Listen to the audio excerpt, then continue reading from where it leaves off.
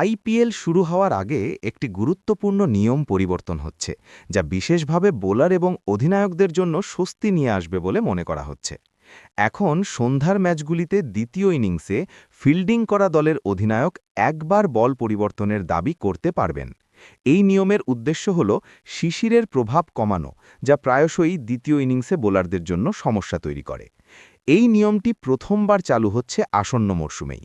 নতুন নিয়ম অনুযায়ী অধিনায়ক ১০ ওভার শেষ হবার পরেই বল পরিবর্তনের আবেদন করতে পারেন।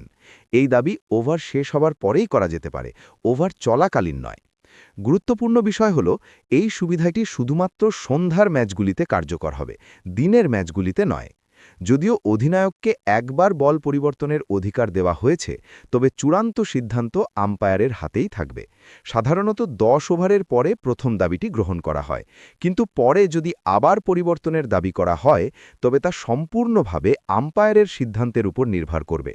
যদি ১০ ওভারের আগে বল বেশি ভিজে যায় বা খারাপ হয়ে যায় এবং আম্পায়ার সেটি পরিবর্তন করেন, তবেও অধিনায়কের কাছে ১০ ওভারের পরে তার কৌশলগত দাবির অধিকার বজায় থাকবে।